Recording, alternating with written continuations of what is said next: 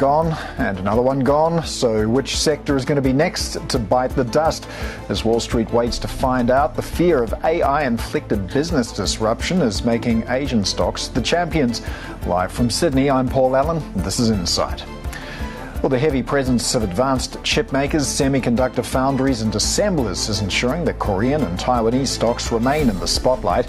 BNP Paribas Wealth Management's Grace Tam's going to join us with her outlook and strategy for the AI-disrupted markets. India, though, has been the one Asian market hit hard by the AI-related panic, with shares of its heavyweight IT companies getting hammered. Its hospitality sector, though, a winner, with room rates hitting $33,000 a night in New Delhi for an AI summit next week featuring Sam Altman and Jensen Huang. We hear from the CEO of India's largest hotel group, IHCL. And the head of India's Statistics Ministry joins us to explain the new Consumer Price Index and what's in the revised basket. And we can tell you that VCRs and cassette tapes are actually finally out of that basket.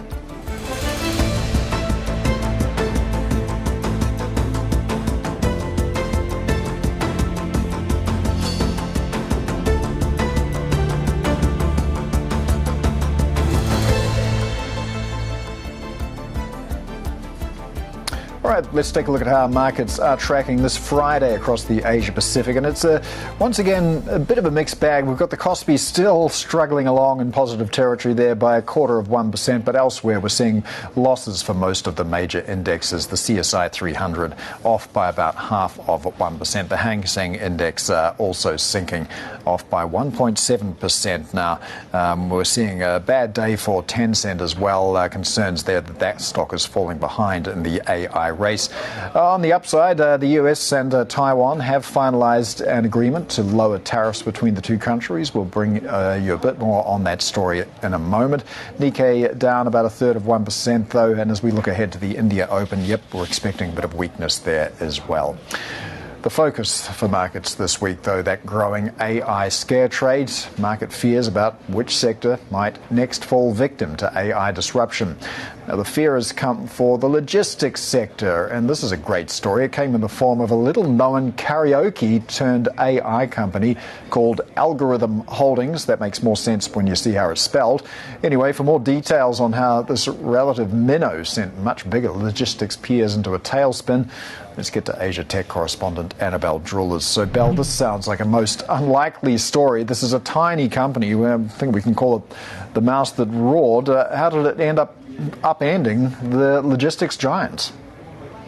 Yeah, it's really quite exceptional, and I think it just points to that level of fear that you've seen in markets. I mean, to your point around Asia sort of catching those wins today, essentially, we had seen it looking a little bit more insulated to start the week, but it's certainly been caught up in that sell-off as we get into the end. So Algorythm, yes, to just explain a bit more details here. So it used to sell karaoke products. Again, interesting. It rebranded in 2024 as an AI logistics firm, and essentially it's reported less than $2 million in sales for the quarter that ended on September 30. So yes, it is small. Its market cap around that $6 million mark, but at the same time, it's essentially been trumpeting its logistics platform and how it's integrating AI, and it's saying that actually it's helping its customers scale their freight by 300 to 400% without sort of any big increase in operational headcount. So doing more with less through AI technology, and that is what really sparked a lot of fear into these more bigger logistics companies. You saw a really big sell-off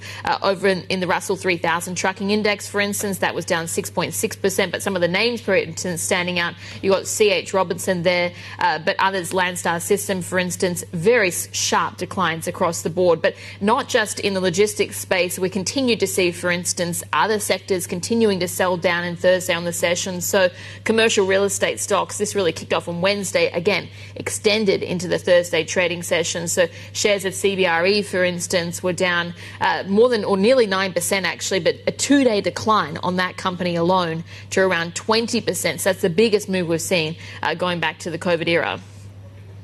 Yeah, and software as a service, of course, continuing to suffer as well. So the list of industries vulnerable to AI is getting pretty long. Can we expect to see some other industries added? Yeah, absolutely. I think we actually had some really great commentary from different analysts, essentially, but just talking about gaming out different scenarios, which is the sector that's going to be hit next. And I think that really points to sort of the shifting mood that we're seeing around AI, because we had a lot of enthusiasm for the technology initially. Of course, that gave way to fears of bubbles and circular deals essentially, but very much the narrative over the past few weeks has been which would be the next domino to fall essentially. And you're just taking a look at some of those sectors that have been in the AI crosshairs. As you said, we had software, it shifted quickly to private credit. We saw insurance brokers, wealth management earlier this week. We then translated across to property, biotech, of course, we haven't even mentioned, but logistics as well to end the week. And that is sort of the key question here is, we're trying to exactly find out how big the move is going to be. Some are saying that maybe this is just knee-jerk reactions. It's looking a little bit exaggerated. But as we said, I think really the sort of prevailing sense in markets as well is just which would be the next sector that gets caught in the crosshairs and gets added to that long list as well. All right, Asia Tech correspondent Annabelle Jewell is there. We're joined now by Grace Tam, Chief Investment Advisor of BNP Paribas Wealth Management in Hong Kong. Grace, thanks so much for joining us. I just want to initially get your quick take on what you make of this so-called AI scare trade. Yeah, of course, I mean, for what we've been observed recently, market has been actually, stripped from looking for AI winners, now looking for AI losers. And of course, the trigger is, the global sell-off in the softwares, and now is spread to other sectors as well. But as you can see, the recent sell-off is actually this indiscriminate sell-off, so sell off everything. And of course, for some of the current valuations of some of the for example software stocks, already reflected zero growth or negative growth. Going forward. So for now, it looks like it's more is a narrative rather than really fundamentals. Because as you can expect for some of the software sectors or some of the stocks or some of the other sector services, wealth management, logistics, etc. You won't expect really zero or negative growth in the coming years. So the reason indiscriminate sell-off could be just more narrative-driven, more sentiment-driven, and of course we think there could be bargain hunting sooner or later. But actually, eventually we will see good buying opportunities for selective, areas. Yeah. Okay, so if you're looking to be selective, if you're looking for buying opportunities, obviously this represents a dip. Where would you go at the moment? Yeah, I think for now, given the sentiment is still looking for AI losers, we will stick with the AI key beneficiaries, especially the AI enablers, the semiconductors, the infrastructure, and especially some of the power related themes. Because as you know, when we look at the supply and demand dynamics, those are still a bottleneck or very tight supplies, especially for this power and also some of the semis memory chips, logistics, wafers, etc. So I think those areas actually, if there is any corrections, those are really good buying opportunities. Yeah. You point out that at the moment this is a narrative, it's not really fundamentals, but the AI technology is not slowing down. And if I can quote Sam Altman, in the next decade, he sees us making the transition to artificial superintelligence. Now, that's only 4 years away, and once we get to that point, it's not just software as a service or logistics, it's pretty much everything becomes obsolete. Is this a wrong way to look at it, or have we just not reached that point yet? Yeah, I don't think we've really reached that point yet, because we still need to look at the AI monetization, the adoption, and it could be because of the efficiency gains that actually some of the companies they actually have good revenue growth, etc. So for now, I think market is not looking at that, but eventually if we are seeing some of the companies or more evidence of more monetization, more revenue growth from because of using AI, because the efficiencies has gained, I think the market actually will calm down a bit. Yeah.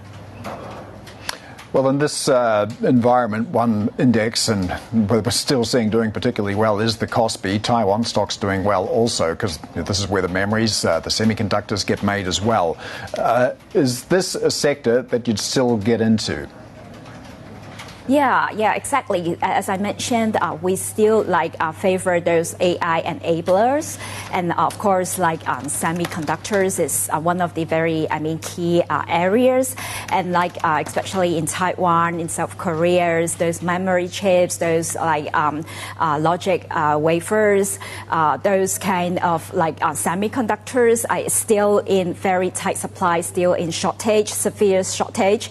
So I think that could mean earning visibility going forward. As you know, there is still a lot of capex spending on data centers, and that could mean just huge, massive demand for those semiconductors.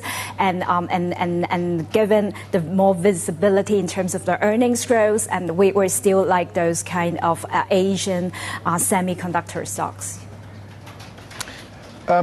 I'm wondering if this is part of the reason, and if you agree with this, that we're seeing some of the price action we've seen on gold, because there's so much fear in the rest of the market that people are choosing gold as a sideline bet.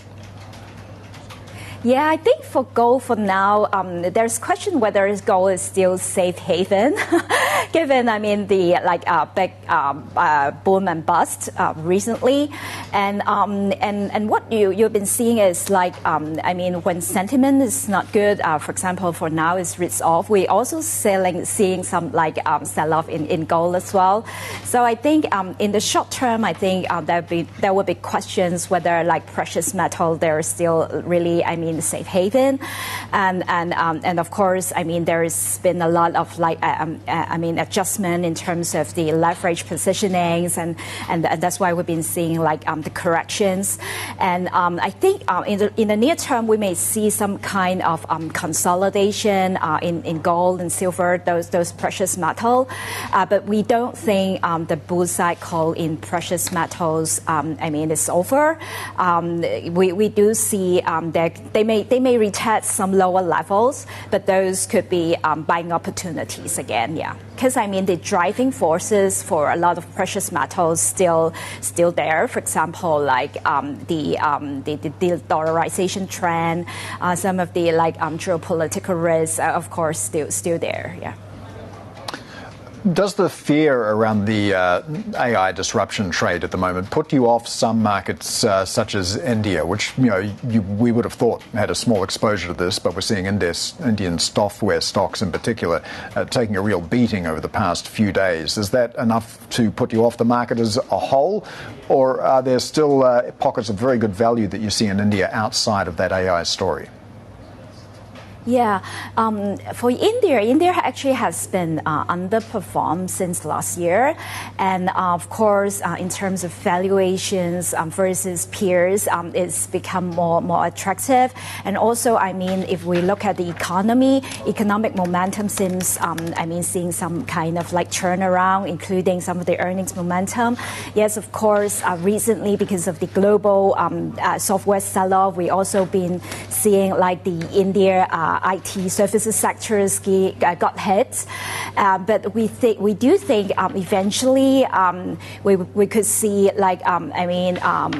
opportunities, especially for now, as I mentioned, for now it's indiscriminate sell-off, and so it is more sentiment driven, and overall we do see India could play some kind of catch up this year, especially for now we have the US and India trade deal, and so we for now for our portfolio we're actually overweight India at the moment. Okay, and how about the Asia Pacific more broadly? Because we've seen the MSCI Asia Pacific outperforming the S&P this week. It's been one of the themes that we've had all this year, really. Do you prefer Asia to US assets at the moment? I think for this year, yes.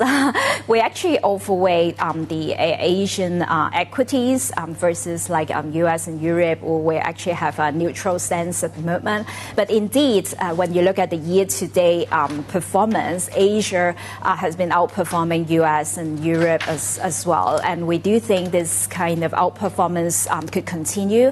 And of course, some of the tailwinds, for example, like the dollar weakness, that's one of the key. And of course, we've been seeing like especially valuation discounts versus US. And also we hope to see like, for example, like China and India's like more, turnaround in terms of the earnings growth this year. And that's why, last year, maybe there's a lot of like inflows, or we should say it's multiple re-rating. But this year, we hope to see is like a earnings-driven rally in the Asian markets. Well, we've got an important catalyst coming out of the US tomorrow, of course. It is inflation numbers. What are you expecting to see there? Yeah, I think for now, like consensus estimates is a bit is an okay number. It's not really. Maybe this inflation continues, but of course, if turned out is a price the upside or is a surprise downside, we could see some readjustments, especially in terms of the yields market. But our base case for now is still we expect 2 cuts from the Fed this year. It could happen in June and September, because we do expect the economy, especially for example like the job markets, despite very strong numbers non-farm on Wednesday, we still see like slowing job market, but the disinflation in US continues, and that would give rooms for the Fed to cut interest rate, but not next month, but is more likely like mid this year and September this year. Yeah. Yeah, the first fully priced cut at the moment is in July. I know you mentioned June as well, but do you see any risks to that getting pushed out, and maybe we only get 1 or 0 cuts this year because those jobs numbers just keep defying gravity? Yeah. I think, of course, that we really need to see the coming data, especially data in coming months, and for now, we think, as I mentioned, our base case is still like disinflation in the U.S. and then like some of like the slowing job markets, and that may justify the cut in June, and that could be the first meeting of the new Fed chair. Yeah. All right, Grace Tam of BNP Paribas Wealth Management in Hong Kong. Thanks so much for joining us. Still to come, the US and Taiwan strike a trade deal, cutting tariffs and channeling billions of dollars in investments into American energy and tech projects. We'll have the details next. This is Bloomberg.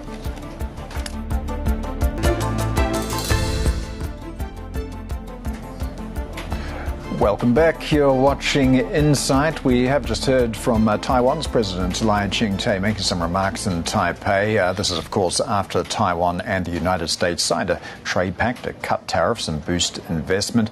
Taiwan's president also saying that he will be chairing a new economic strategy team. We're also expecting Taiwan to raise its 2026 growth outlook on the trade deal and also AI investments. We're anticipating to see a lift in GDP forecasts from Taiwan. Well, Washington and Taipei, as I mentioned, have finalized that trade deal to cut tariffs, boost market access for US products in Asia. Goods from Taiwan are now going to face a 15% tariff, with some exceptions for tech and pharmaceuticals. Taiwan is pledging to buy $44 billion of US energy and further open its markets. There is still uncertainty, though, over Taipei's promises to invest hundreds of billions in US chip making. So let's get to Bloomberg politics editor Laura Davison now with more on this. So, Laura, give us the key takeaways from this trade pact. Did everything get sorted out?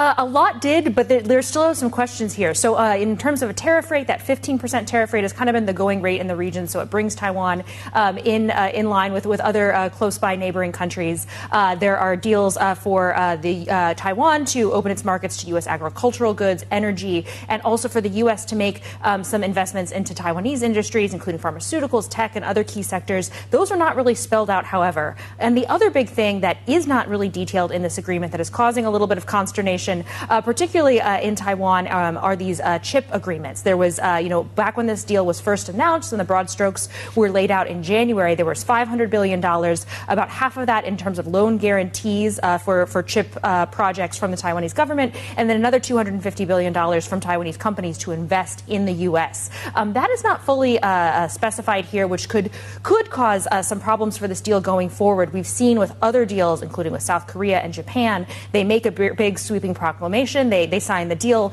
but there are still details to be worked out, and as those negotiations go forward, they can hit snags. Seeing that today, just with this Japanese investment fund into the U.S., $550 billion fund, the Japanese are in Washington negotiating with Commerce Secretary Howard Lutnick, and the Japanese came out and said that there's a big gap in where those negotiations stand. So in terms of the Taipei deal, this still has to be ratified by Taiwan's parliament, which you'd think would be a simple rubber stamp, but it isn't quite that simple, is it? Yes, this needs to go through the legislative process there. There is some concern from the opposition party in particular that this deal gives away too much, both in terms of causing problems for domestic and local beef and agricultural producers, that it would allow too much foreign beef in from the U.S. as well as pork. The other concern as well is that there would be too much of a balance of power shift in the chip-making industry between Taiwan and the U.S. Right now, Taiwan has about 90% of global chip-making capability. The U.S. relies heavily on those chips to power, everything from, defense planes to semiconductors. Is there anything in this agreement that might raise the ire of China when it comes to dealing with Taiwan and the United States? That is certainly a concern, and that's one reason why Taiwan wanted to get this deal done before this Trump and Xi Jinping meeting scheduled for April. China has really ramped up its rhetoric, and we know that in between a recent conversation between Trump and Xi, Taiwan was kind of one of the key issues. Trump really glossed over, saying that the relationship was great, but the Chinese government in a statement after the call said that Taiwan is a key area where there is not agreement between the two sides. All right, Bloomberg, Washington Deputy Bureau Chief Laura Davison there. Still to come, our exclusive interview with Singapore's Senior Minister of State for Finance, Jeffrey Siow. This is after delivering a budget for what his Prime Minister calls a more dangerous world. This is Bloomberg.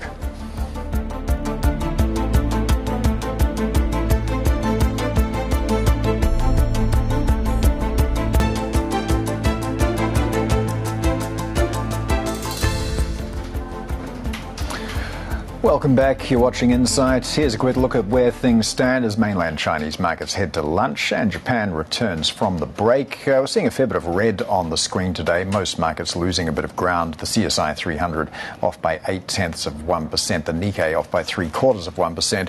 Once again, as the Kospi standing firm, better by 0.25%. This AI scare trade narrative really gripping markets at the moment. Anything disrupted by AI losing a lot of ground, but if you're in the business of making the tools that power it, well, it's off to the races. So this is why the Kospi is still in the green. SK Hynix and Samsung continuing to perform strongly.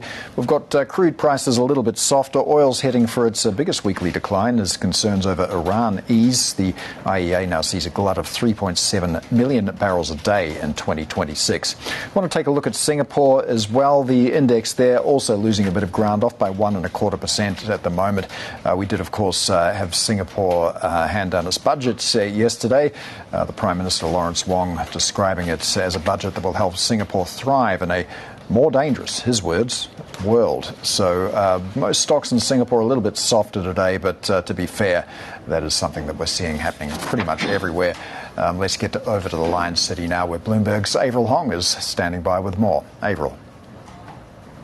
Yeah, Paul. Prime Minister Lawrence Wong unveiling a budget that you say he has talked about how that will help the city-state thrive as it faces a more dangerous world. And he detailed increased funding for priority areas such as AI, innovation, defense, while also ramping up support for lower-income households, workers, the elderly, small businesses.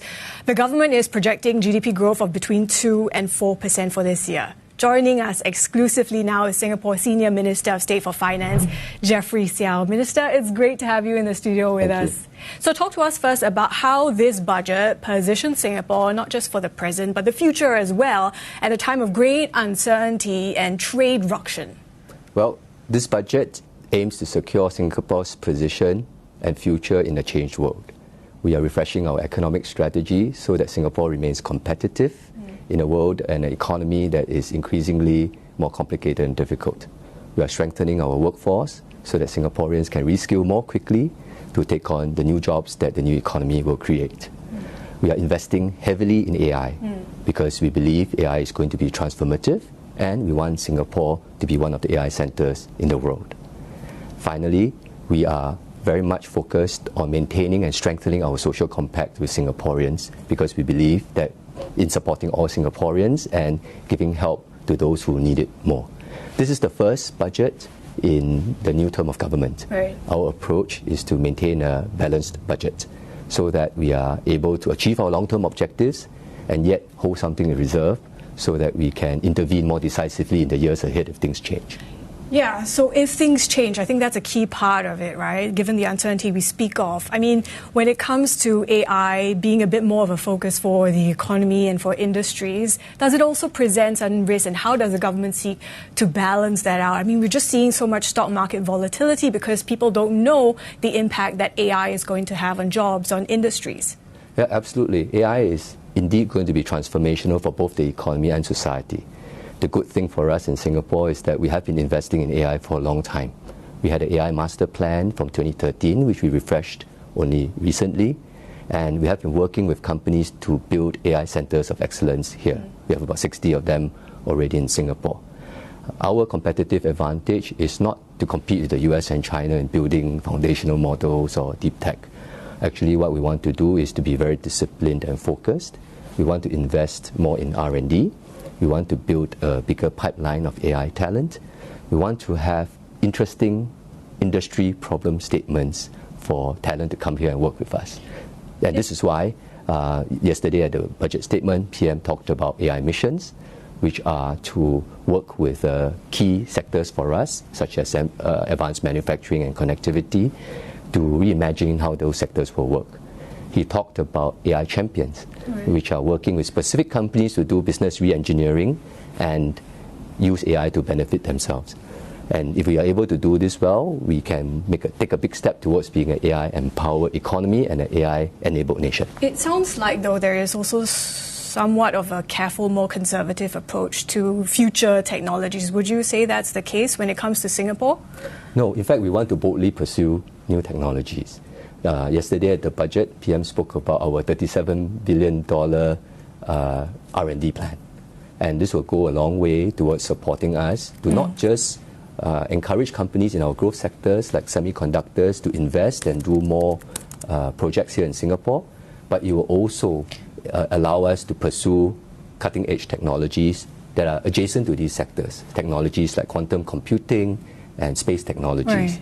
And these potentially could be new sectors for us in Singapore, new growth sectors. Sectors where today Singapore maybe is not quite ready to win yet, but we want to win the right to play. How do you ensure that the future technologies, i.e. AI, creates quality, high-quality jobs, not just maybe for that sector, but also across a broader swathe of industries for the economy? Yeah, I think the main thing is to get everybody familiar with, to adopt and start working with AI. And that's what we're doing in terms of helping our broad swathe of SMEs to level up by taking on productivity solutions through the existing grant schemes. We're going to both increase the scope of coverage for these grant schemes as well as the level of support so that more SMEs can take on such solutions. Then for the workforce, it's a very important part of our strategy. We want more Singaporeans to be trained and be familiar with AI. And we're making it easier through our Skills Future platform to enable Singaporeans to take up AI courses. And there's a little bonus for them. If you take up an AI course through Skills Future, the government will pay for 6 months of a free premium ChatGPT or AI tool for you to use. That certainly entices people. But what about some of the risks for specific industries like the financial sector as AI is embraced increasingly? I mean, we're seeing just this week alone these concerns about wealth management, insurers getting hit. Yeah, I think we're all really at the beginning of the AI revolution, and we're all at the starting line. Let me just give a quick analogy. In 1993, we had the first web browser, Mosaic. At that time, there were only about 100 websites. 3 years later, in 1996, there were 100,000 websites. So you could see the shape of it. The internet was going to change the world. But actually, we didn't really know how, because in 1996, Google was just a startup. Fast forward to today. In 2022, ChatGPT was first launched. We are now about 3 years later. Now AI clients are everywhere, but actually we don't really know how AI is going to transform jobs. So the key is for us to get people familiar with AI so that you are ready to adapt, you are ready to reskill yourself if things change. If your job changes because of AI, you are ready because you're not too far behind. Our aim in Singapore is to get Singaporeans a few steps ahead of the starting line, warmed up, ready to go, so that when your job changes, you are ready to adjust. Might Singapore then have to spend more in terms of being able to retrain workers, and what would that mean for the goal of a balanced budget? Well, absolutely, that's what we are doing. In fact, PM Wong yesterday announced that we will be setting up a AI council, which he will personally chair. And in the council, we have not just ministers, but also private sector. We're all very focused on this problem, and I think the increased support for Singaporeans and for companies on AI will be significant. Well, with respect to the budget, as I mentioned, our objective is to maintain a balanced budget over the course of the term of government. Of course, this enables us to be able to be focused on the long term. But if there's a need for us to do more in the intervening years, if let's say we think we need to make an injection to support more training and development, we will have the ability to do so. It's coming at the time where we are faced with an aging population as well. On record, the lowest birth rate. So there is this need to also spend more for healthcare, for climate change. How to balance the budget? Does that also mean entailing increases in taxation somewhere down the line? Well, we have to separate what are structural changes and what are transient changes. So what you mentioned about healthcare is a structural change. We know that with our aging demographic, healthcare costs are going up. And so therefore, in the last few years, we have been increasing, we introduced the increase of the goods and services tax, which is intended to cover for this increased structural expenditure. But this year, what we are seeing is a higher than expected, well, it's a small surplus, it's about 1.9% of our GDP. And the reason for it is because of unexpected economic growth. Right. It's not structural. So it's important for us to separate the two. This is a good year for us. It means we're on a stronger fiscal position, but we should not plan for the long term using temporary, transient growth. That's something we don't want to do. So does that mean there is a need to eventually raise taxes on personal, corporate, maybe GST? I wouldn't say that. I think the objective is to keep the economy growing. Then we can keep an eye on the future, make sure that we are investing in the longer term, and as a consequence, keep taxes low. I think that is what we want to do. We want to make sure that we have focus on the long term and be able to then achieve our longer term objectives. Singapore also raised the minimum salary requirements for EP holders. What is the rationale behind that, and should we be expecting more of such raises? Maybe I would start with saying that Singapore is very focused on being open to talent. We will still need a substantial foreign workforce to complement our Singaporean workforce, particularly in these new sectors I talked about, because we don't necessarily have the skill sets today in areas like quantum computing or even AI. So we do want to bring in talent. What we are doing here is in fact catch up of our salary thresholds, because the salary thresholds for EP is pegged to the top 1/3 of our professional and managerial salaries for Singaporeans. And so EP and SPA salaries are lagged behind those benchmarks, and we're just adjusting them so that we make sure that the people who come in are commensurate with the type of quality that we want in our workforce. So that's the adjustment we're making. How exactly is that affecting the local workforce? Do you see benefits specifically from these labor restrictions, or is it in a way just making it more difficult for SMEs to find good, affordable labor? Well, I think it is about achieving complementarity. SMEs, in terms of making these adjustments, they will receive some support, and not only that, they also have enough of a headway to make these adjustments. So when we raise these salaries, we give them plenty of lead time. For new applications, I believe it is only applicable from 2027, and for renewals later in 2028. Talk to us about the addressing of inequality in the country as well. By some statistics, we have 20% of the population richer than the other 80%. How did this budget seek to address those issues? Well, MOF released an occasional paper just a couple of days ago, and it looked at the social outcomes over the last 10 years. And the social outcomes have been positive. First of all, incomes have gone up across the board for all levels of society, but more so for the lower income. This means that income inequality has in fact declined over the last 10 years. And you can see that in the Gini coefficient, not just before but also after transfers. We look also at the intergenerational mobility for Singaporeans, and that has still remained strong. So I think this is evidence that our policies in terms of investing for the future, planning ahead, making sure that Singaporeans are protected, particularly the lower income, all these policies have worked and achieved good outcomes, and I think we will continue to sustain that approach going forward. Does that involve more handouts, or what is the approach then at the time where people are still feeling the pinch from cost of living pressures? Well, we want to support all Singaporeans. In terms of tax benefits from this year's budget, if you are in the middle class, for every tax dollar you pay, you get $2 back in benefits. If you are in the lower income, for every tax dollar you pay, you get $7 back in benefits.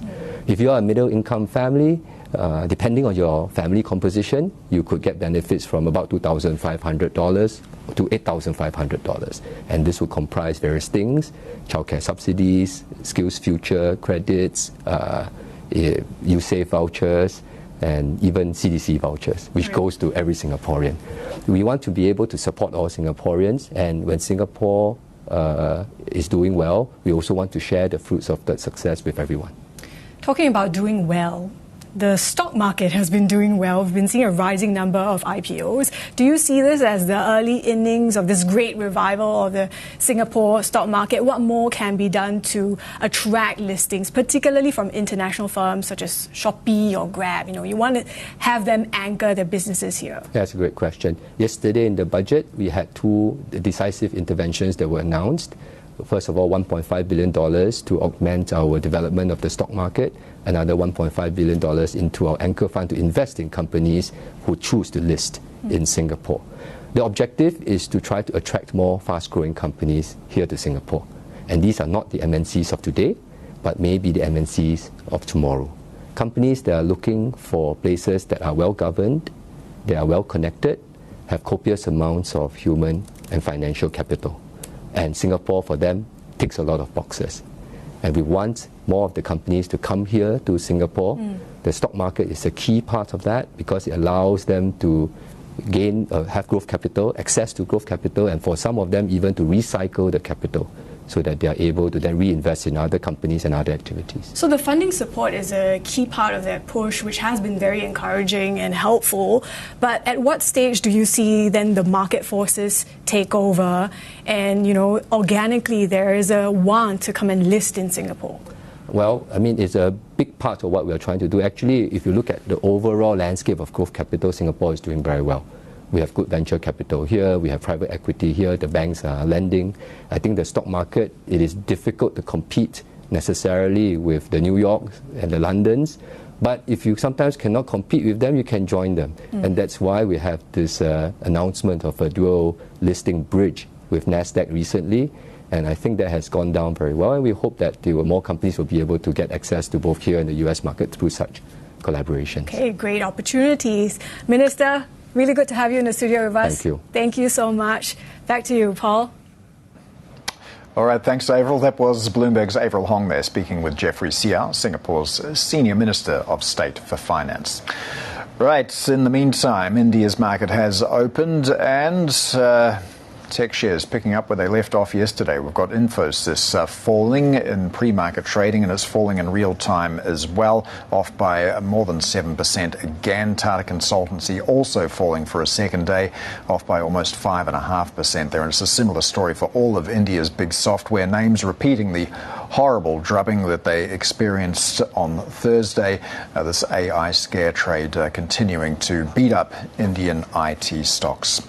All right, we'll have more in a moment on this. GQG isn't scared by the recent run of volatility in India. It's building up a sizable bet in the nation's stocks, even as foreign investors pull their funds. And we're going to have more on the Indian markets next. This is Bloomberg.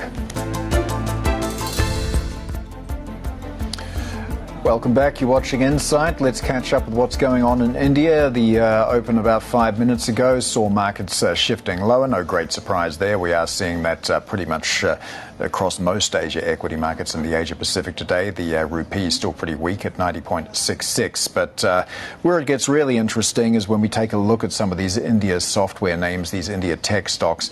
Infosys, again, having a rotten day, off by 5.5%. And in fact, all of those software names are lower for a second day in a row. Tata Consultancy, Wipro, HCL as well, all taking a beating as the AI scare trade and the implications for software as a service ripple through the markets. For more on this, let's get to Asia Equities editor CJ Chakraborty. So CJ, when you see moves like this 2 days in a row now, and the ADRs in the US got hammered as well, are these concerns warranted, or is the market throwing out the baby with the bathwater here? Yeah, that seems to be the case. It's sell first and think later kind of philosophy that you're seeing play out with Indian software stocks in particular. We saw that Infosys ADRs were down about 9% during US trading hours, and this morning about as much as 7% at one point of time. And the fear really seems to be that AI and AI tools in particular, especially those from Anthropic, will end up disrupting the business model of these companies. They seem to be particularly vulnerable to AI's rising prominence in everyday life, and especially when it comes to businesses. And at this point of time, investors are more concerned about what it means for the valuation more than the earnings itself. What we are seeing play out really is a valuation derating in the market as analysts and investors adjust their models as to what is the fair value for Indian software companies given the challenges ahead for the sector. Yes, it'll be interesting to see at what point buyers begin to step in, but more broadly, could we see this sell-off widen out? Because in other markets, we've seen it broaden to logistics, to real estate as well. How are some of these other sectors of the market faring in India? So far, Paul, we have not seen a lot of broader sell-off with respect to AI, as we have seen, in US and European markets and in even some parts of Asia.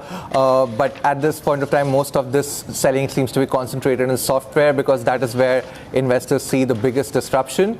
At the same time, there are fears that what happens to wealth management companies in India or asset managers as well, who have benefited tremendously from the influx of retail investors as well as growth of millionaires and billionaires in this country. So at this point of time, every sector, every company is on their toes, but there are some signs that there are winners too. Companies are pointing in their earnings call to some sort of efficiency gains by deploying AI or AI tools, especially autonomous agents. And we'll have to see, let this play out over the coming quarters to actually meaningfully tell what would be the impact on their bottom lines.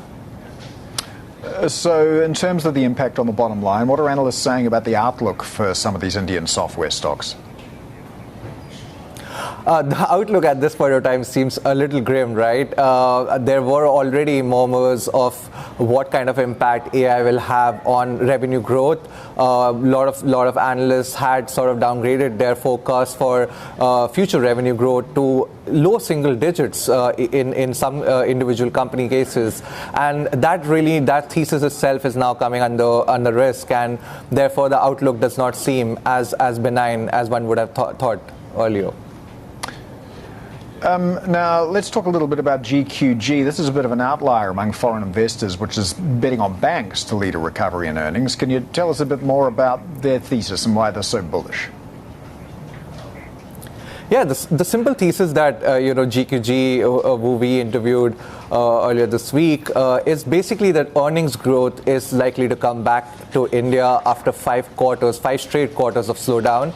They are they're basically betting on banking, infrastructure, as well as the telecom sectors. All these sectors which are more domestically oriented, facing the domestic consumer or the economy, and in a way sort of insulates you from the sort of chaos we are seeing play out in some of the globally oriented companies like IT companies. And they relatively have a higher position on India as well. About $24 billion of their portfolio is currently invested in India, as against over $160 billion in total AUM. And therefore, they're quite hopeful that India's earnings growth will recover, and so will the market. All right, Asia Equities reporter CJ Chakraborty there. Just get you across some breaking news out of Thailand. We're hearing that Prime Minister Anutin is set to invite the Thaksin-backed party into a Thai coalition. So perhaps an example of reaching across the aisle there. We'll bring you some more on that story shortly. We've got the Thai currency softening a little bit against the greenback. We'll have more to come in our next hour of Insight. Keep it here with us. This is Bloomberg. Welcome back. You're watching Insight. Let's take a look at how markets are tracking as we get quite a bit of news flow out of Southeast Asia in the past few minutes. Let's get to Malaysian GDP first of all. 2025 GDP rising 5.2% on year. That's a handy beat on the estimate of 4.9%. The Malaysian Central Bank saying fourth quarter growth in household spending was higher. Resilient domestic demand, a feature of the economy. The account surplus expanding as well. Inflation in 2026 expected to remain moderate. Also seeing increased tourism activity supporting growth in 2026 as well. But the 2025 figure coming in stronger than expected, 5.2% on year, where the expectation was 4.9%. We've got the ringgit still pretty strong against the greenback as well, hovering around that 390 mark. Elsewhere around the region, a bit of a mixed bag. We've got the Nikkei weaker by about 0.8%. The Kospi still putting up some pretty brave gains there by 0.4%. This AI scare story really dominating the narrative once again. But if you're making chips, as they do in South Korea, SK Hynix, Samsung continuing to perform very strongly. But elsewhere, anything impacted by AI, software as a service, real estate, and now logistics companies are losing a bit of ground and weighing on indexes region-wide. Now, some interesting news out of Thailand in the past few minutes as well. The newly elected Prime Minister, or newly re-elected Prime Minister Anutin, who has 193 seats in the 500-seat parliament, obviously needs to build a coalition here, but he's reaching out to third place Pheu Thai, which is backed by former leader Thaksin Shinawatra. So a fierce rival historically here, being invited to enter into coalition with the pro-royalist party of Prime Minister Anutin. The intention here to obviously build an enduring coalition and get away from this revolving series of elections in Thailand. No comment as yet from Pheu Thai, but Anutin saying, or his party saying, that if they do not agree to coalition, they'll just head on down the list and find another party that will. So we've got Thai stocks not on that board. I'll have to get back to you on how they're doing as well. I want to talk about India as well. The broader market in India weaker. We've got the Sensex now off by about 1%. And I mentioned that AI scare trade a moment ago. Well, that is alive and well in India as well. We're seeing Infosys, TCS, Wipro, a number of other tech-related companies once again losing ground for a second day. Now, we also had some data out of India 24 hours ago, a little bit less than that. Latest data showing the consumer prices rose 2.75% in January from a year earlier. Now, that was roughly in line with estimates under a now revised data set. For more on this, let's get to Bloomberg's Menika Doshi in Mumbai. So, Menika, let's just start with that headline number. Inflation appearing to be under control. What are the implications here for the RBI and fiscal plans as well? Good morning, Paul. Well, the implications are that the RBI is expected to remain on hold for an extended period of time. That number, as you pointed out, came in at 2.75%, close to the consensus number of 2.77% as per the Bloomberg analysts and economists poll. And like I said, despite the fact that it is well within the targeted range of 4 to 6%, nobody expects the RBI to move on the back of this particular number for a couple of reasons. We're expecting to see some base effects kick in to move that inflation number a wee bit higher in the coming months. But more importantly, there are likely to be upward revisions to the GDP estimate now that we have some semblance of a trade deal with the US in place. That was one drag on GDP. So for those reasons, nobody expects the central bank to move anytime soon. Now, the other interesting thing about this number, Paul, is that it's a new CPI series where the base year has changed to 2024. Several new items have been added and weights of various items have been changed. We're also going to see a new GDP series and a new series for the index of industrial production. To talk to us about these fairly important changes to India's economic data, we have Saurabh Garg, the Secretary of the Statistics Ministry, joining us. Saurabh, hi, good morning. First, let's talk about this new inflation data. It would be great if you could briefly describe the big underlying changes in this new series. Thank you. As you mentioned, the new series is with the base of 2024. And what we have done is we have updated it based on the consumer expenditure survey that we had done in the previous fiscal 23-24. So a number of changes have been done and it represents the consumption basket, which currently an average household in India would be purchasing. So some of the items have been removed. The number of items we have increased. And as well as the data sources have been increased. We've increased the coverage of markets by more than 500 markets. And we have reclassified the items to more closely follow the international standards, giving the breakup in 12 groups, which will increase the granularity of the data that will be available to policymakers. Saurabh, the biggest change in this data, at least from the economist's point of view, is the reduced weightage to food, which is a volatile item and in the past has been seen as, showing inflation to be higher than generally speaking across the economy and leading to tighter than expected monetary policy. You have reduced the weightage of food, but within food, there are some interesting changes. For instance, more volatile items like vegetables and pulses have seen a reduced weightage, but more stable items like cereals have also seen a reduced weightage. So my key question is, do you expect net this to mean lower food volatility in this new series? The weightage of food, as you correctly mentioned, has reduced. But I must also mention the weightage for prepared food for restaurant services has been a bit higher than what it was in the earlier series, and which reflects the changing consumption patterns and behavior. To the extent that in case volatility continues in the food items, the lesser weightage in the cereals may impact. But as you know, the volatility depends a lot on what items change from month to month. So to give a blanket statement might be difficult. All right. Some of the other, components of this inflation calculation that have changed. are also that you've lowered the weightage for transport and education. And that comes to me as quite interesting because all the consumption data of the recent past suggests that Indians are spending a lot more on commuting and on putting their kids to very expensive schools, whereas you've increased the weightage for housing, which is great, representative of the higher rents that we all pay, as well as an increased weightage for consumer discretionary items like personal products. So I would just say that transport and conveyance overall, in fact, increases because, as you mentioned, mobility is higher. So transport and conveyance, if you take it together, it is higher.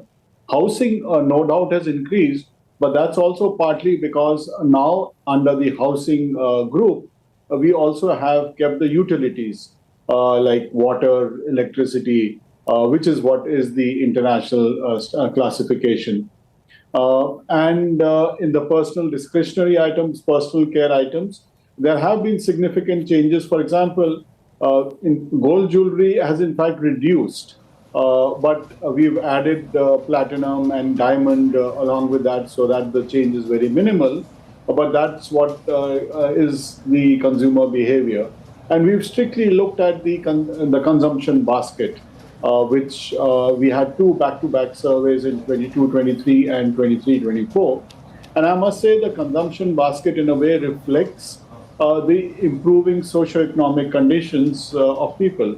If you look at the last decade, at the lowest decile, the consumption expenditure per month per household has more than doubled.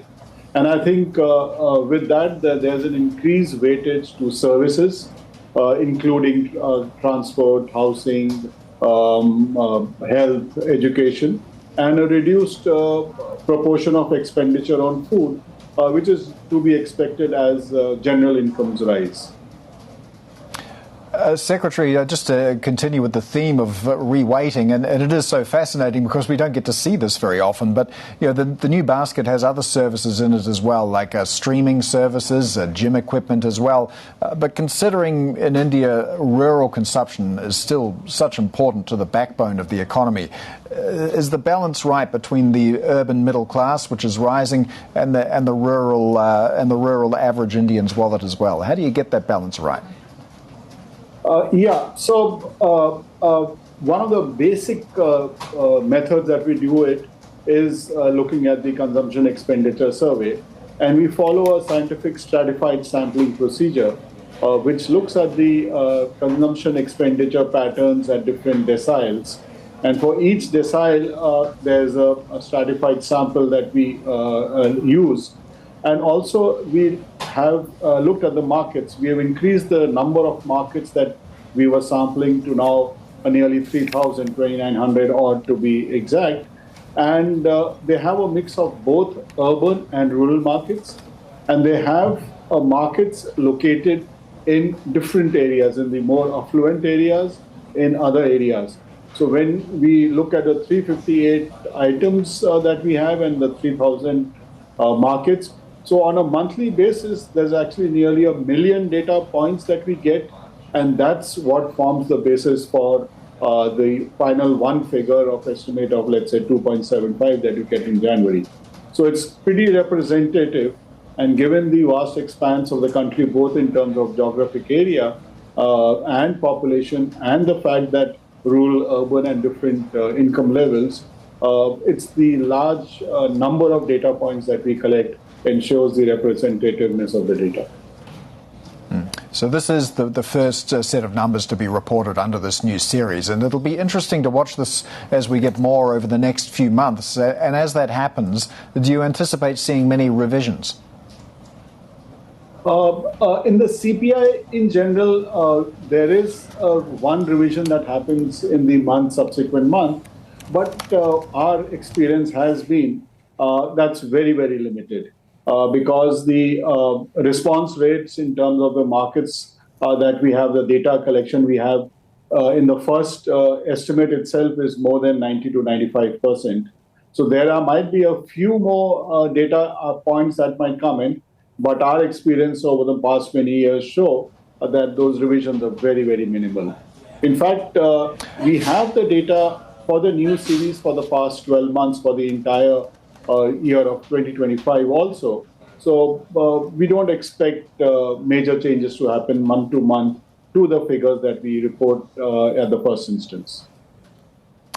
The IMF has previously flagged gaps in India's outdated statistics. Do you feel that you can now silence some of those critics? Absolutely. I think one of the major issues that had been raised by the IMF was the fact that we were using an outdated base of 2011-12, which was more than a decade old.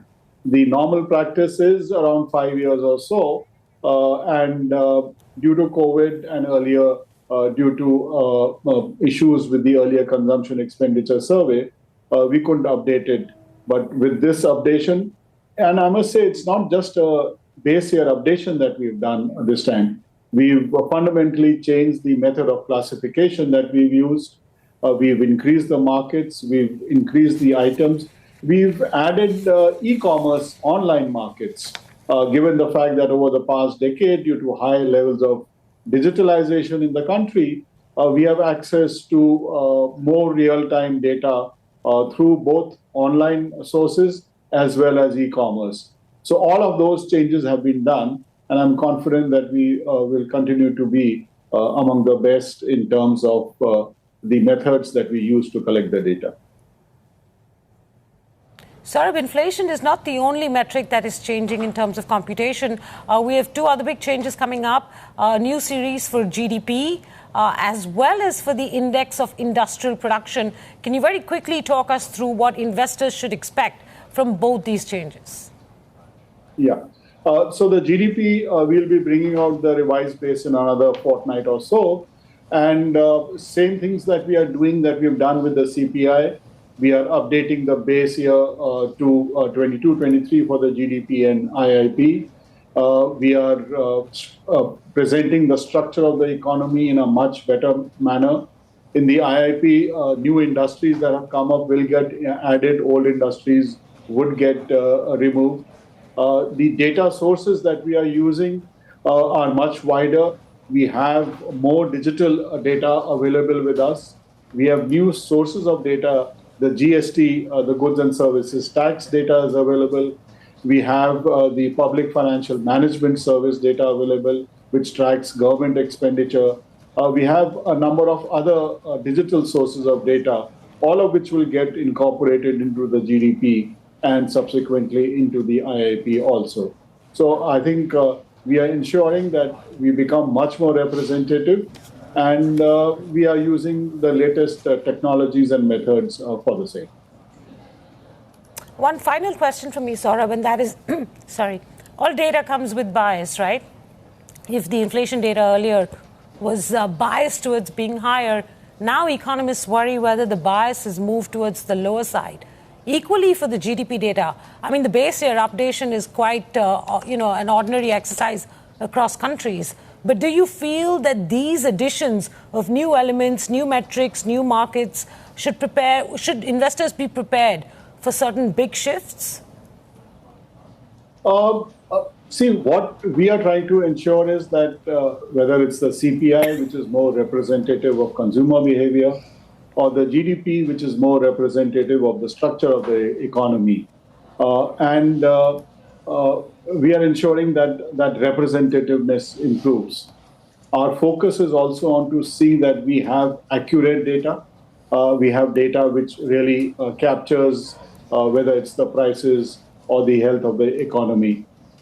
As any statistical office, our attempt is to ensure that the confidence levels in those data are something which remain high. And for that reason, we are ensuring that every data point that we put out transparently on our portal. We have improved our data visualization capabilities, which are available on our portals and website. So it's very easy for anyone to replicate the results that we've got. So we do hope that there should be no biases which would creep in other than what the data itself or the technology itself may have. Secretary, just finally, and thank you for your time today, but I am interested in your view on AI and whether or not that's affecting that you might look at employment data or the way that it might disrupt data going forward. Is that something that's on your mind? We track employment and unemployment data very closely on a month-to-month basis. All I can say is perhaps it's too early to talk about what would be the ultimate impact of AI. AI will definitely help improve productivity. We are using it in our data collection methods to improve the accuracy of data, to be able to reduce the time taken by enumerators on the ground to collect data by ensuring that their doubts get answered through the AI chatbot that's built into the tablets.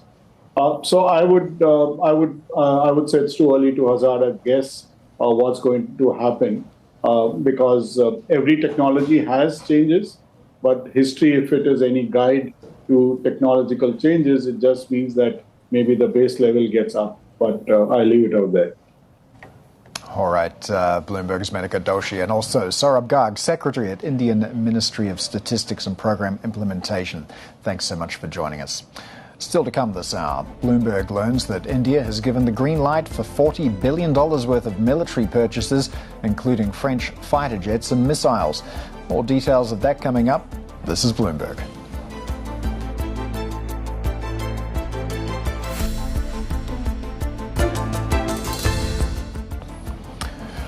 Welcome back. You're watching Insights. Bloomberg has learned that India has approved $40 billion worth of defense spending.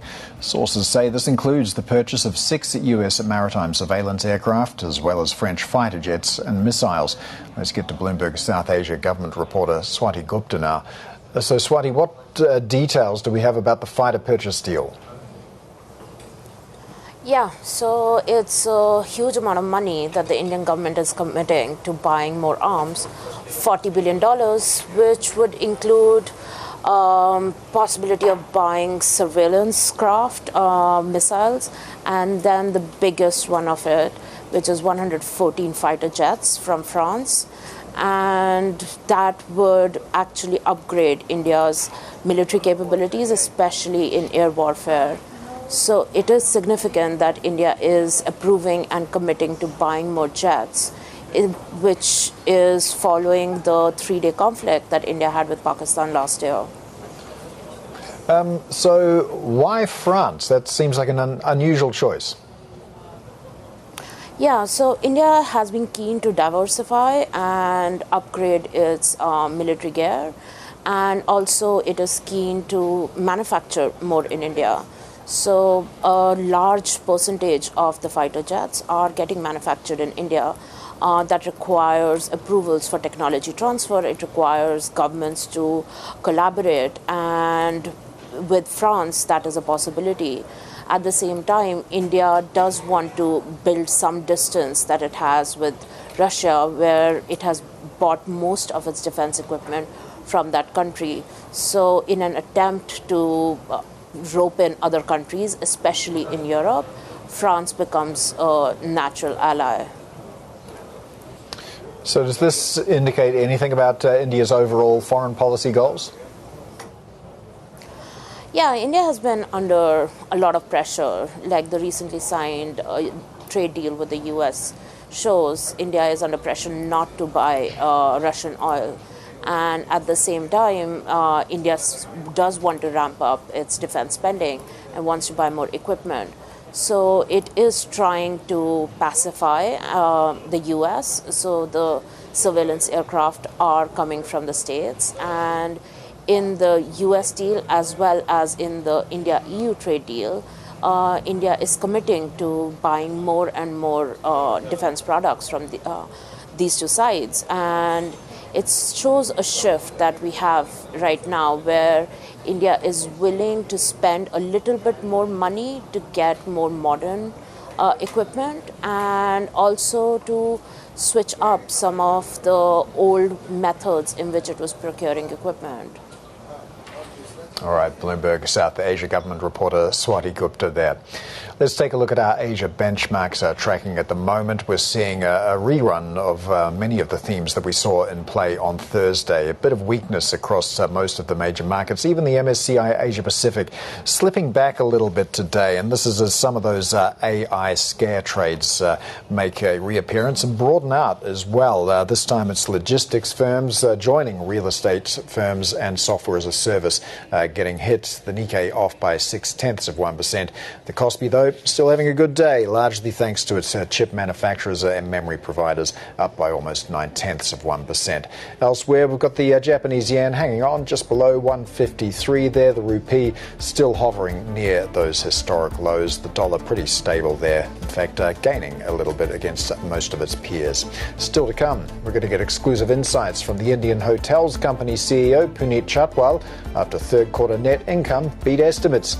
More on the hospitality sector outlook next. This is Bloomberg.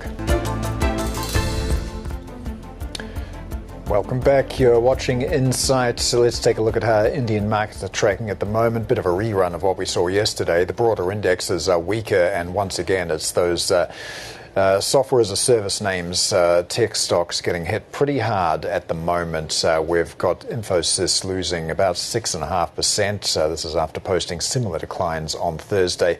But all of those tech names weaker. Tata Consultancy, Wipro, IHCL all in the red there. And the broader Sensex off by about 1%. Nifty Bank Index performing pretty well, though, better by off only by 0.5%. Next week's India AI Impact Summit, meanwhile, has sparked a frenetic chase for hotel rooms. New Delhi's most exclusive suites are now commanding prices of more than $30,000 per night. This event's shaping up to be one of the most well-attended AI summits yet.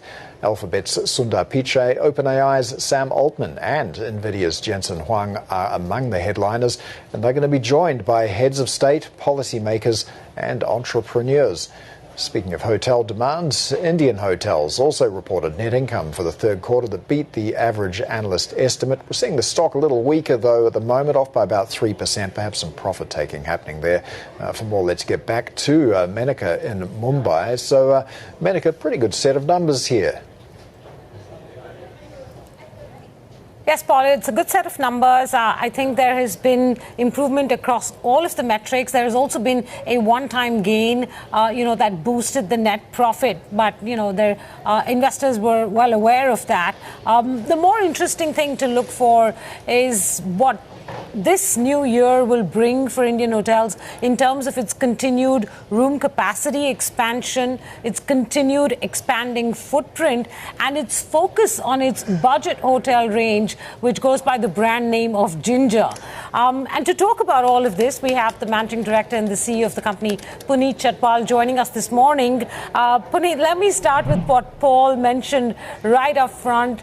The year is kicking off on a super solid note. Your hotel is hosting the AI Summit, or part hosting the AI Summit in Delhi. You're raking it in.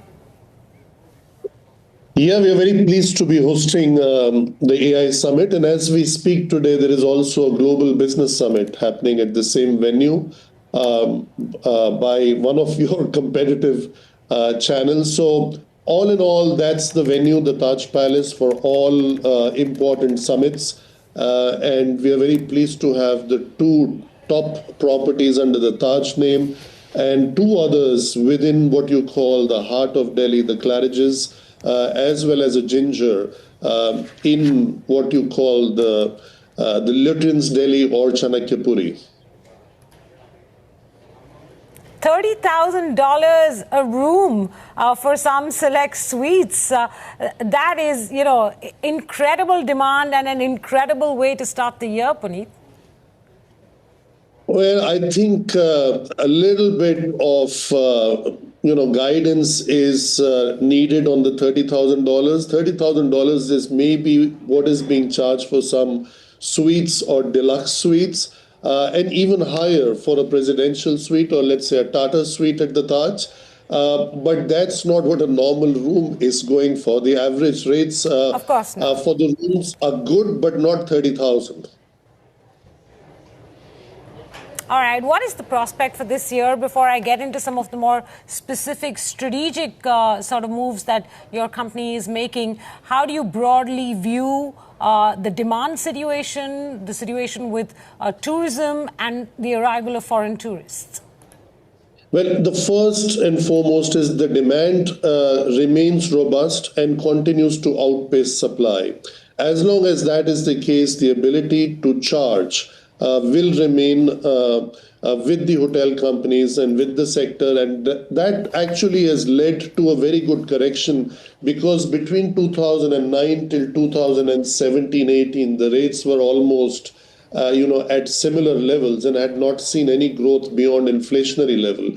So I think that has helped the sector to grow rates. Number two, I think a lot more people are getting higher disposable income because of the higher GDP growth, which is propelling into domestic tourism demand. And more people are traveling, not just on business, not just on normal leisure, but a lot is driven by spiritual tourism. We saw a huge demand on the temple circuit in India, and that is not subsiding even this year. Number three, as India gains more and more importance on the global stage, a lot more delegations are coming in. So we had the British Prime Minister, we had the German Chancellor, we have the upcoming visit of the French President. So a lot is happening on the government delegations, and a lot more are expected to come this year.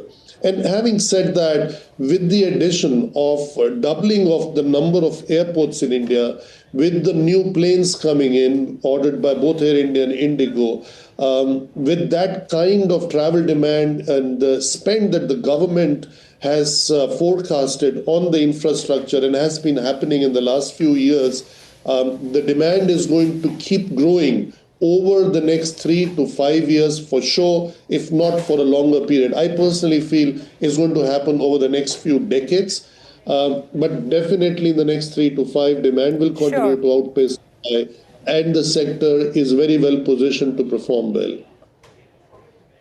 Then by how much should we expect room rates to go up, Puneet? Because like you pointed out, demand is somewhere between, I think, 9 to 12%, but supply addition in the hotel industry is somewhere around 6 to 8%. Are we expecting a significant increase in room rates for those living in hotels in the country? I think I don't get tired in guiding everyone that room rates is one very important pillar. But the second most important pillar, especially in the Indian subcontinent, is your food and beverage segment, especially driven by the wedding demand. There were 50 lakh weddings, which is like more than 5 million weddings that happened in the last quarter. I think that also drives a lot more of room demand and food and beverage, and the delegations that I spoke about. So anything which is double digit for a very high base like we have versus the rest of the peers in the sector is very good for our growth, and that translates into good profitability. Puneet, I'm speaking to you from Sydney, and one of the trends we've noticed in Australia is a lot of Australians heading to Japan to take advantage of the currency, the weak yen. Now, we have a weak rupee as well. I'm just wondering if you've noticed a lot more inbound foreign tourists, and if so, how are you moving to capture that market? The foreign tourist arrival is still having a lag as far as India is concerned, which I consider as a hidden upside for the sector. If that starts growing at a CAGR of 15 to 20%, as we have witnessed in other markets, with definitely a weaker rupee, but also the growing importance of India and the more and more visibility that India is getting also through the NRIs coming back home, I think that's an upside we look forward to, but we have not yet seen that. Well, you also used to have property as here in Sydney, and you've since exited Australia. Are you looking at shrinking your global footprint globally, or are you looking to start re-expanding in global markets as well? On the contrary, we have actually increased our footprint across various markets in the world. We just opened 2 hotels in Bhutan, in the Taj in Paro and Taj in Phobchika, taking our total number of hotels in Bhutan to 3. We have 3 in Dubai. We are just about to open a hotel in Frankfurt, Germany, in, let's say, next 30 to 40 days. And another 100 days following that, we'll be opening a safari at the Kruger National Park in South Africa. So all in all, we are under development with 2 hotels in Bahrain, 2 in Saudi, and we would love to come back to Australia. But with the real Taj brand, what we had in Sydney was not an ideal fit for the Taj brand. So you've got a strong debt-free balance sheet as well. And besides the expansions you just mentioned, are you looking at any acquisitions? Definitely, either directly or with our partners. I think we have found a sweet spot with a capital light model. That's why we don't call it asset light, we call it capital light. Wherever institutional capital is available and we could enter into operating leases with certain investments into the furnitures, fixtures, equipment to get a better look and feel of the asset, we would consider that in those mature markets. I want to expand on that question that Paul just asked you, Puneet, and that is, what is the acquisition strategy here on? You've been expanding your international footprint. You've also been acquiring hotels here locally. You're looking to organically expand the budget segment under Ginger. So give us a sense of how many more rooms you're hoping to add this year across some of these categories. Menaka, firstly, I think it's very interesting to see where we are coming from. We were a 150 hotels portfolio 7 to 8 years ago. Today we are 600 plus, 617 as we speak. So the portfolio has quadrupled. But more importantly, our focus has been on the Indian subcontinent with the different brands that we have, because staying true to our name, Indian Hotels Company Limited, given by our founder Jamshedji Tata, I think it's an obligation for us to grow pan-India and to maintain that leadership position. But when it comes to Taj, Taj is a global brand, it's a crown jewel of India. We are very happy to be present on the Fifth Avenue with the pier in New York, in San Francisco with a beautiful asset in London, which we keep investing every year into, and other gateway locations and markets where there is. But Puneet, it would be useful. I'm so sorry to interrupt you, but it would be useful to know how many rooms you're hoping to add this year, and what investors can expect in terms of an expanded presence across categories and geographies. So, in very brief, how many more rooms, any new destinations, and are you looking to step up your acquisition strategy domestically? We have 32,000 rooms in operation, 30,000 in pipeline. Every year we expect to add 6,000 to 8,000 rooms in operation going forward, which is approximately 20% growth in the portfolio as a base. And that pipeline is everything that is legally valid and already communicated to the market. And that should help us in our growth of top line as well as the brandscape as we go from quarter to quarter. All right, more local acquisitions of hotels. I know you just disinvested some shares from one hotel company, GVK, but are you looking at, let's say, newer properties to buy within the country to be able to expand the destinations you have? To consolidate our brands like Ginger, we added A&K Pride, and now we are about to complete on Bridge. Earlier, a year ago, we did Tree of Life as a new brand. So we have increased our number of brands from a few active brands to 10 brands, and we address all segments of the market. So definitely any acquisition that helps us to consolidate the presence of Ginger or Tree of Life, we will definitely go for it if it's an ideal fit. And definitely we'll never lose sight of improving the footprint of Taj. Businesses in India, Puneet, are dealing with all kinds of significant challenges, from AI to new, sort of labor rules. What will be the biggest challenge facing your industry and your company this year? The biggest challenge that we are confronted with is making our talent grow as fast as the portfolio is growing. We are put in a lot of levers in place from an educational, training, skilling, all perspectives. And that talent has to grow because of the ethos of service that we stand for, and how to quickly scale that up to address the needs and wants of different brands in different segments. Okay, I have a final question on Ginger. I know that has turned out to be a significant growth element in your portfolio. Can you talk us through, sort of the kind of visitors you see the Ginger sort of range attracting, how you see that trend change in India of budget travel?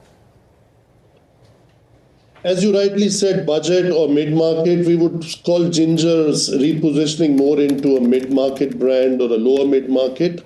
And that brand addresses the needs and wants of anything between 300 to 500 million people, 300 million today, 500 in 3 to 5 years from now, from a population of 1.5 billion that is expected. So Ginger should be around 250 hotels at the end of this year in at least 200 locations in India, whether it's metros, tier 1, tier 2, tier 3, tier 4 cities. And Ginger will definitely contribute in double digit to the total revenue and approximately operating at 40% EBITDA margins.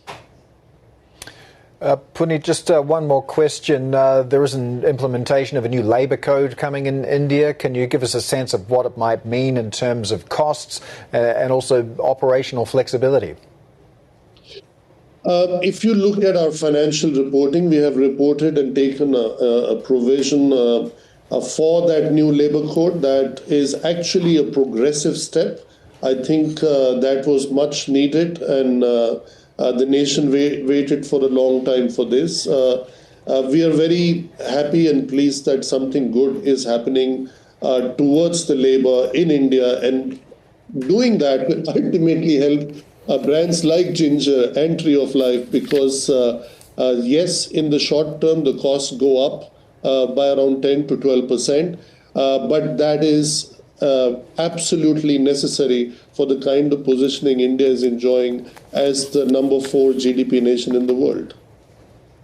All right. Bloomberg's Manika Doshi, and also, of course, Puneet Chhatwal, MD and CEO of the Indian Hotels Company Limited. Thank you so much for your time today. Still to come, OpenAI accuses China's DeepSeek of using backdoors to train its chatbot on US models. More on the high-tech finger-pointing in a moment. This is Bloomberg. Welcome back. You're watching Insight. OpenAI has warned US lawmakers that its Chinese rival DeepSeek is unfairly extracting results from leading US AI models to train the next generation of its chatbot. Let's get to our China correspondent, Min Lo. So, Min, tell us more about these accusations from OpenAI.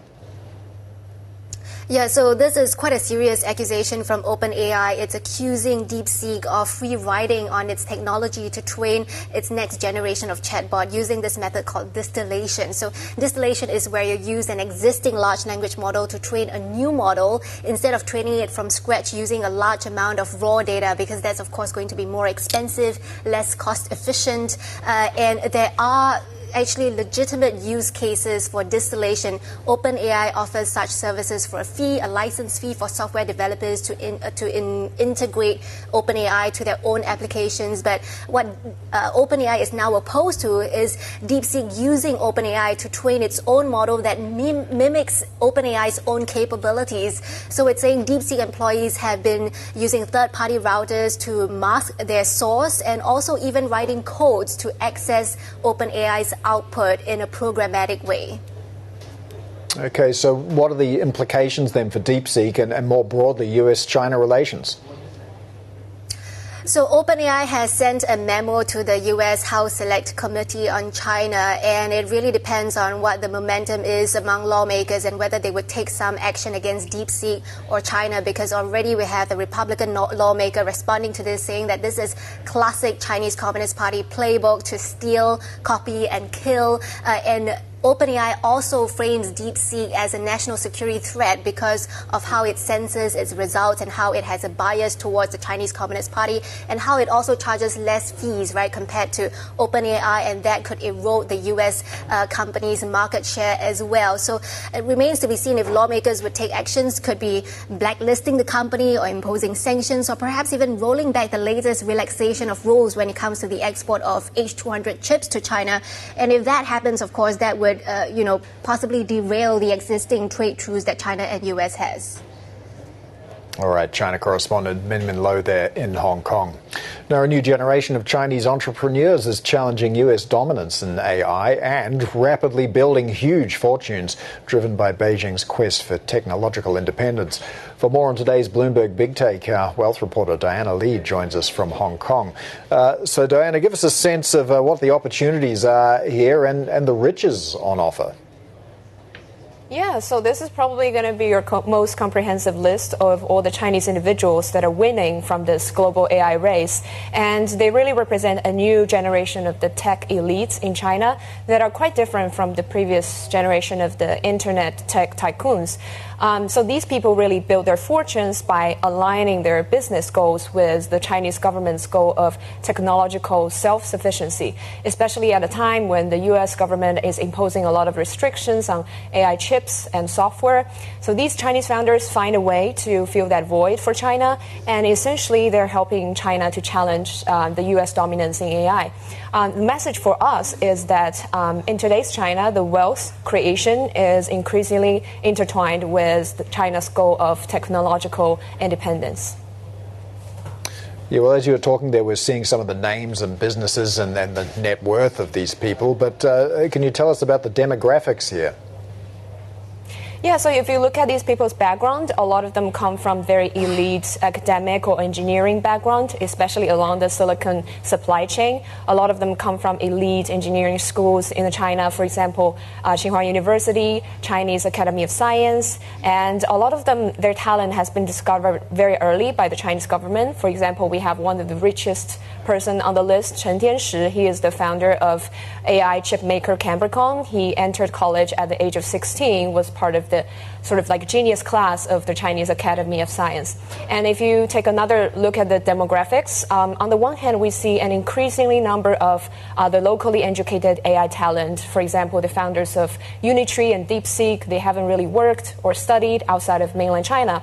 On the other hand, we do see an increasing number of talent who used to study or work in the US decide to come back to China, set up their own companies, and took them public in Hong Kong, and that's how they become billionaires. This will probably accelerate given the Trump administration's visa hurdles for these Chinese talent to make it difficult for them to stay in the US. So they will probably come back to China more, joining this increasing number of local talent as well.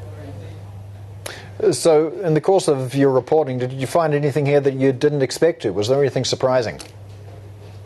Yeah, I think the big surprise for us is that most of our readers probably don't know these names because they're extremely low-key and they try to avoid media as much as possible. And that kind of invisibility is really strategic for them because on the one hand, they understand the key message in today's China is common prosperity. So the least thing they want to do is to brag about their wealth or spend money lavishly. And on the other hand, they also don't want to attract the attention from the U.S. government because they don't want to end up in things like a sanction list or entity list that would create some frictions for their business. So even if they're billionaires, they understand that invisibility is their biggest luxury. And this list is by no means comprehensive. We will likely to be seeing more upcoming new names in 2026, especially when a group of Chinese AI companies are all preparing IPOs this year, both in the mainland market and in the Hong Kong IPO market. And we will keep track of them, so please stay tuned to our coverage there. Oh, we will. Bloomberg wealth reporter Diana Lee, thanks so much. And subscribers can read today's Big Take and all the others on the terminal and Bloomberg.com as well. Before we go, let's take a quick look at some of our guests next week as we cover the India AI Impact Summit in New Delhi. We'll be talking to Google DeepMind CEO as well as Google Alphabet Senior Vice President James Manuka as AI angst grips the markets. We'll also be joined by Paris-based AI company Mistral AL. All that to come next week. This is Bloomberg.